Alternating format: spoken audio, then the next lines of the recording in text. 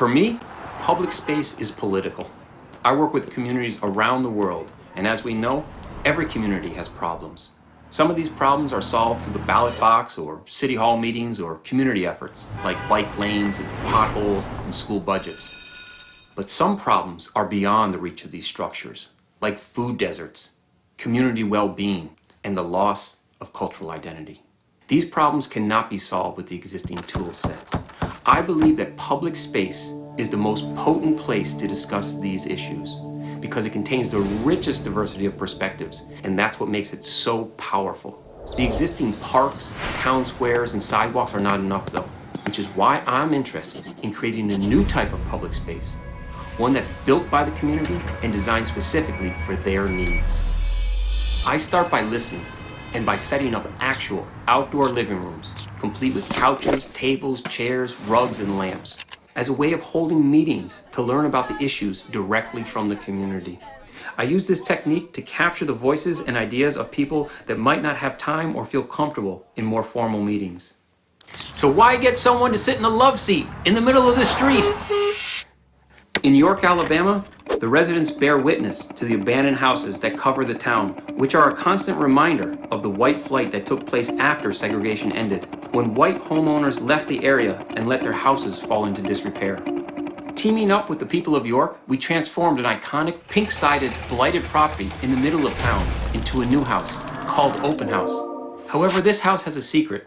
It physically transforms into a 100-seat open-air theater for plays, movies, music, or whatever the community would like to experience. And when it folds back up into the shape of a house, the image of the reclaimed pink siding reminds people of the past. After its opening, the mayor saw the potential in Open House and held the next town hall meeting there. The excitement of this unique gathering space brought new energy and gave a fresh viewpoint to collectively discuss the future of the town. In Cambridge, Massachusetts, to highlight the issues of energy, waste, and climate change, we replaced the garbage can in a park with an anaerobic digester to transform dog waste into usable methane gas. Burning this methane lights the park and reduces greenhouse gases. By slightly changing an everyday experience in public space, the Park Spark project provokes neighbors to have conversations about the natural and built systems around them and their connection to the environment. In Lyons, Nebraska, residents spoke about the loss of social life as downtown storefronts began to shutter their doors, a result of the slow violence of disinvestment, which has left many rural downtowns empty. To address this loss of human connection, we used an abandoned storefront to turn Main Street into a movie theater.